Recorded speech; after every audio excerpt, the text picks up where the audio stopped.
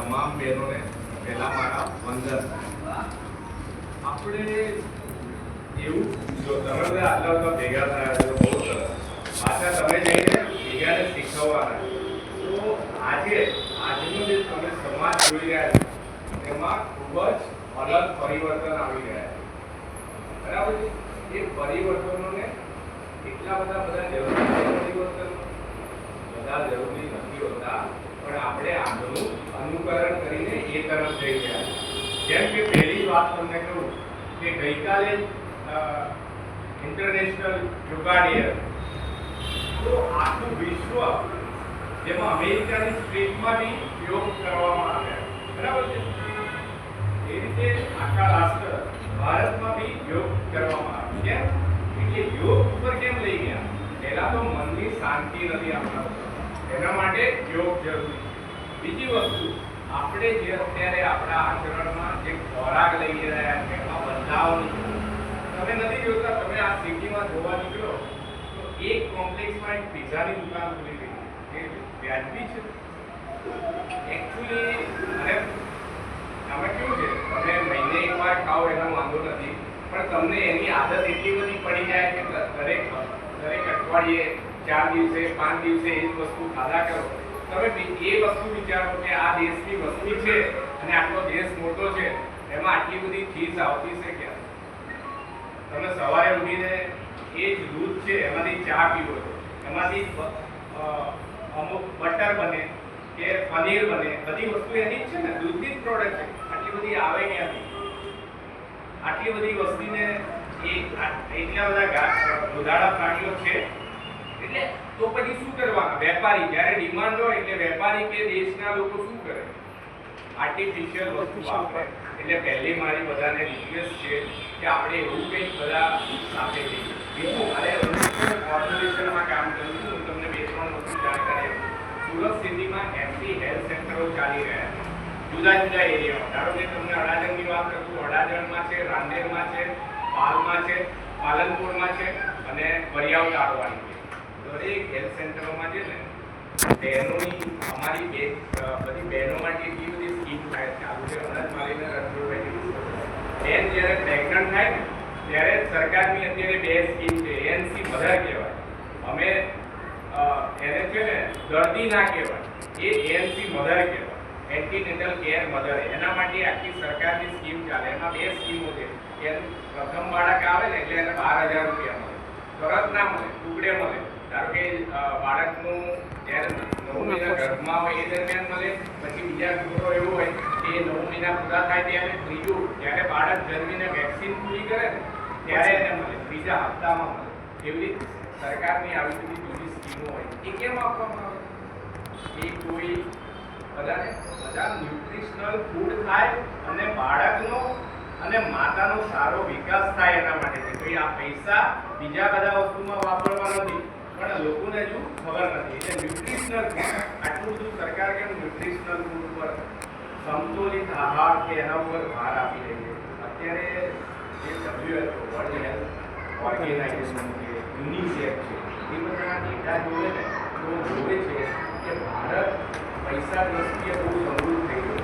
બહુ ઇન્ડસ્ટ્રી આવી રહી છે, ખૂબ જ મોટી ગાડીઓ ખરી રહી છે, પણ આરોગ્યની દ્રષ્ટિએ વીક બની ગયું છે. એમાં પર્ટિક્યુલર ગુજરાત અત્યારે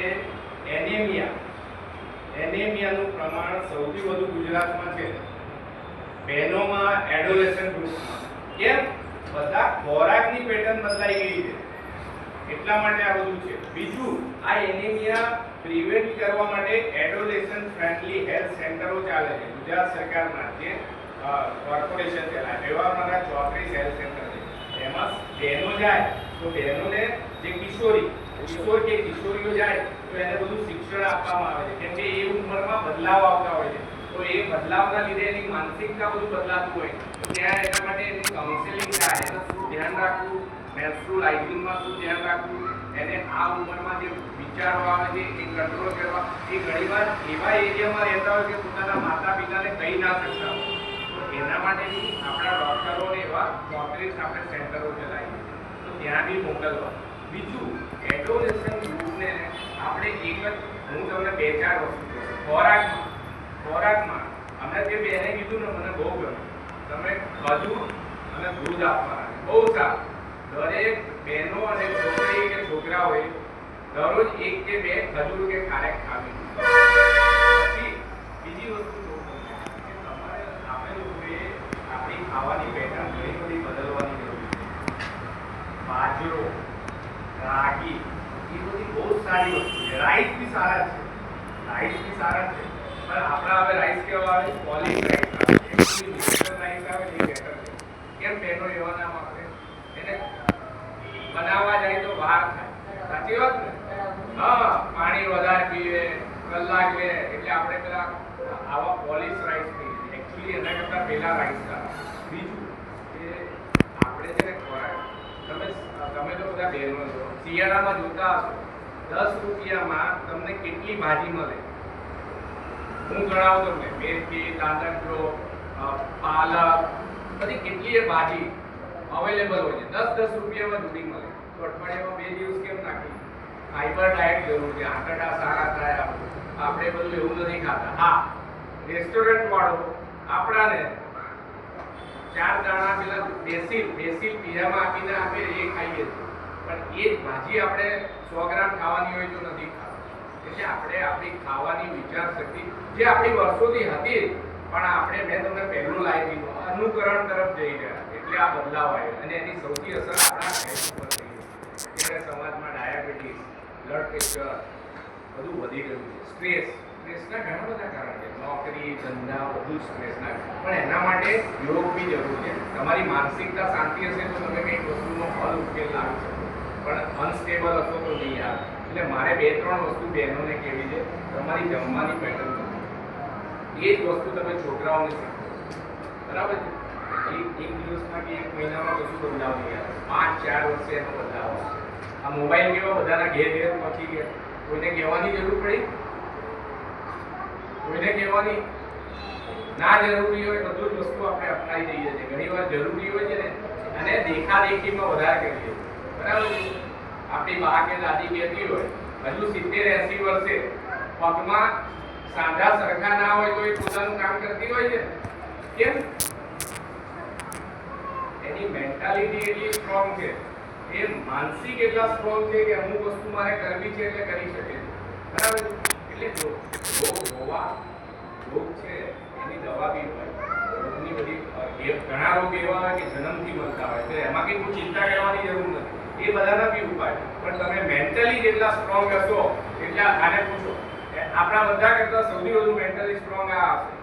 બરાબર નથી? સૌથી વધુ મેન્ટલી સ્ટ્રોંગ હશે. તમે બધાની આપણે ગભરાય એ નહીં ગભરાય. કેમ? કુદરત જ્યારે કંઈક લે ને તો કંઈક વસ્તુ આપતી હોય જે એનામાં હશે, આપણામાં નહીં હોય. બીજું એ એની જાતને એ રીતે તૈયાર કરતી હોય કે મારે આ રીતે જીવવાનું છે, કેમ નહીં જીવી શકું. એટલે 100% આપણા કરતા આપણે કેવું છે, ડરપોકની રીતે જીવીએ છીએ. આ આવી ગયું તો ગભરાઈ ગયા, પેલું આવી ગયું તો ગભરાઈ ગયા. એટલે વસ્તુ છે આપણી મેન્ટાલિટી, અને યોગ એના માટે છે, માનસિક શાંતિ માટે. બીજી ફિઝિકલ એટલીસ્ટ 15 મિનિટ કંઈ બી ફિઝિકલ એક્ટિવિટી કરો. દોડા કૂદો, વોકિંગ કરો, સાયકલ ચલાવો, પછી તમે સૂર્ય નમસ્કાર કરો. અહીં બી 15 મિનિટ કરો. 15 થી 20 મિનિટ દરરોજ કરો. જ્યારે ટાઈમ મળે ભૂખ્યું પેટ હોવું જોઈએ. બરાબર છે? બાકી એવું નથી કે સાંજના સૂર્ય નમસ્કાર ના કરે. ઘણા માણસો સવારથી એટલો બિઝી હોય કે 5 વાગે તો ઓફિસ પહોંચી જવું, 5 વાગે નીકળે તો 8 વાગે પહોંચે. અહીંથી વાપી જતો હોય તો પોસિબલ નથી. પણ એ સાંજના બી કરી શકે, ટ્રેનમાં બી કરી શકે. એટલે અને આ બધી ફિઝિકલ એક્ટિવિટી એટલી જરૂરી છે. ફિઝિકલ એક્ટિવિટી ઓછી થઈ ગઈ. ફિઝિકલ એક્ટિવિટી એટલે શારીરિક શ્રમ. એમાં શું આવે કે કોઈ બી એક્ટિવિટી તમે 15 મિનિટ કરો ને ત્યારે જ એને શારીરિક શ્રમ કહેવાય. તમે દોડો ને કે ચાલો ને 5 મિનિટ ચાલો એને ના કહેવાય. એટલીસ્ટ 15 મિનિટ થવું જોઈએ. પરસેવો નીકળવો જોઈએ, તમારી કેલેરી બંધ થવી જોઈએ, ત્યારે શારીરિક એક્ટિવિટી. આ બધાની અને મેં બીજું વસ્તુ કીધું સાથે જમવાની પેટર્ન બદલવાની. મેં તમને હમણાં નાની વસ્તુ કેળા કેટલા રૂપિયામાં મળે? 10 રૂપિયા મળે કે 20 રૂપિયામાં કેટલા મળે? 30ના 2 તો કિલો કે છે. હું એવું માનું છું 20 રૂપિયામાં 4 તો મળે છે. તો એ કેમ નાખી શકીએ? કોઈ એવું ડ્રાયફ્રૂટ ખાવાની જરૂર નથી. નહીં તો પૈસાવાળા ને પેલાના લોકો બધા જે બુદ્ધિશાળી ના હોય, બુદ્ધિ કોઈને જો બુદ્ધિ કોઈની ડેન નથી. પૈસાવાળાના છોકરાઓ તો પછી બધા બુદ્ધિશાળી બને એવું નથી હોતું. એટલે ખાવાની સાથે જરૂરી જે ખોરાક હોય એવું ખાવું જરૂરી છે, જેમાં પોષક તત્વો આપણા. એટલે મેં કેળાનું ઉદાહરણ કે સામાન્ય માણસની દરરોજ એક કેળું ખાય તો શું ફાયદો થાય? એને ફાઈબર ડાયટ મળે અને આંતરડા સારા રહે. એટલે આ બધું જરૂરી છે. એટલે આપણી ખાવાની પેટર્ન અને ભાજી ઉપર ધ્યાન આપો. બધા બહેનોને ખરાબ લટકતું હોય છે કોઈ ખાતું નથી. સૌથી સારામાં સારું છે આયર્ન સોર્સ. જે આપણે આયર્ન આપણું લોહી તત્વો ઓછું છે ને એના કારણો છે ને એમાં જો ખજૂર, ખારેક, ગોળ, સરગવો, આ લીલા શાકભાજી આ બધામાં જ છે. બીજું વેજીટેરિયન હોય એમાં સ્વાભાવિક રીતે B12 ઓછું હોય. તો એના માટે છે ને તમે B12 ઓછું હોય તો ચિંતા નહીં કરો.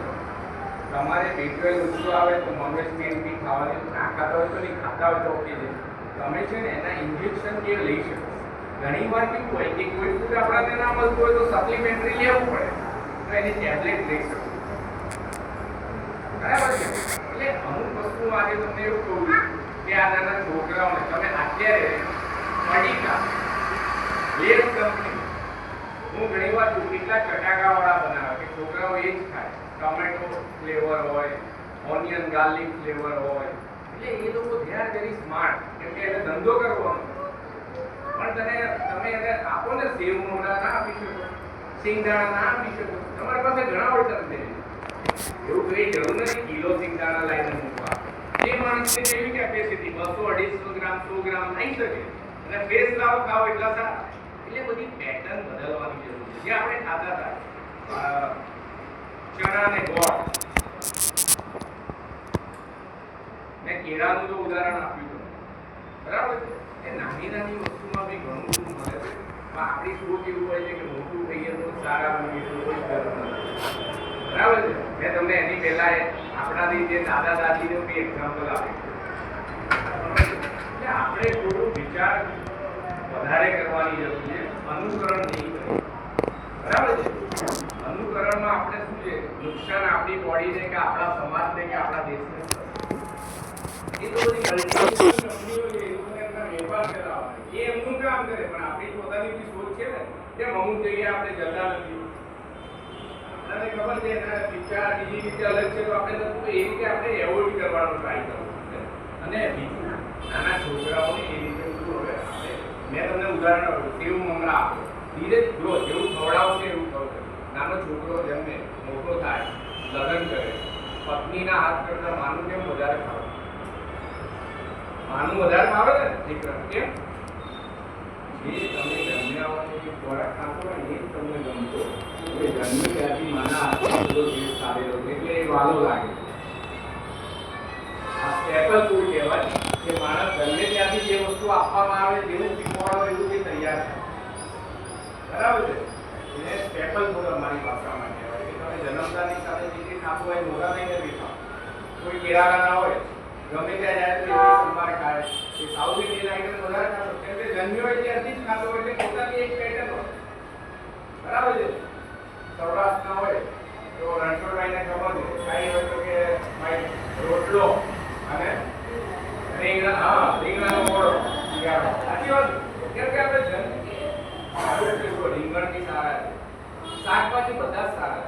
અને કોઈ બીને સલાહ આપો ને એમ ના કહો લીલા શાકભાજી નામ ગણાવો. તુરિયા, કારેલા, પરવળ નામ બોલો તો એને કોઈ યાદ રહેશે. તમે એમ કહેશો લીલા શાકભાજી નામ બોલો, નામથી એનો પ્રભાવ પડે. બરાબર છે? હું નામ એટલે ભાજી ગણાવું છું. બરાબર છે? ભાજી ગણાવવાની કે ભાઈ મેથી ખા, પાલક ખા, ગાજર ખા. બરાબર છે? નામથી પ્રભાવ પડે. કોઈ બેનને મારે દરરોજ મળતું હોય તો બેન બેન કહ્યું એના કરતા એમના નામથી બોલાવું ફરક પડે ને. એટલે નામના બી પ્રભાવ છે. કોઈ બીને આપણે સલાહ આપીએ તો ભાજીના નામ બોલવા. એમ નહીં કહેવાનું આ લીલા શાકભાજી એના નામ બોલવા. બીજું સિંગ ચણા. ચણા બહુ સારી વસ્તુ છે. કઠોળ કેટલા બધા મળે છે. સુરતમાં તો ફણગાયેલા તૈયાર કઠોળ મળે છે. સાચી વાત? બધા જ શાકભાજી વાળા બેન વેચતા હોય છે. કઠોળો, મગ, અને ચણા, મગ, તુવેર, વાલ, બધા જ કઠોળ ખવડાવો છોકરાઓને. એ લોકો જો મેં તમને શું કીધું, માનો હાથનું ભાવે એટલે નાનાથી ટેવ આપશો તો મોટા થઈને એ લોકો ખાશે જ. એટલે આ બધી એક થોડી જરૂરી છે. અને એ આપણે શરૂઆત કરશું તો એક ટાઈમ એવું આવશે કે આપણું જો કોઈ બી રાષ્ટ્ર સમૃદ્ધ કેવી રીતે બને, એના આરોગ્ય. તમે ભૂટાનની હિસ્ટ્રી વાંચો, હેપીએસ્ટ કન્ટ્રીમાં આવે છે, બરાબર ને? રજૂ છે આવું નાનું કન્ટ્રી નથી, ત્યાં કોઈ ઉદ્યોગો તો કેવી રીતે happiness? તમે કોઈ કન્ટ્રીઓનું જોજો, સૌથી નાના હેપીએસ્ટ ના રીચ કન્ટ્રીઓ છે ને, જર્મની, યુરોપિયન કન્ટ્રીઓ આવે છે. આવા નાના કેમ? એ લોકોએ યુરોપિયન કન્ટ્રીઓએ સૌથી વધુ પોલ્યુશન માટે ટ્રાય કરે છે. એ લોકોના ત્યાં સૌથી પહેલી ઇલેક્ટ્રિક કાર, એ લોકોએ મેટ્રો, ટ્રામ, બધું જ એ લોકો લઈ આવ્યા. કેમ? બધાનું ટ્રાન્સપોર્ટેશન સાથે થાય એટલે રોડ ઉપર ઓછા વ્હીકલ ફરે અને પ્રદૂષણ ઓછું થાય. એ લોકો આપણાથી બહુ સ્માર્ટ છે. તો તમારે ખરેખર હિસ્ટ્રીને સારું જાણવું હોય તો બધી યુરોપિયન કન્ટ્રીની અને અપ્લાય કરવું. એ લોકો બધું શું કે ટ્રાન્સપોર્ટ, એનું સૌથી સારું ટ્રાન્સપોર્ટ. એ લોકો કેમ ટ્રાન્સપોર્ટ કે દેશ નાનો હતો, બધા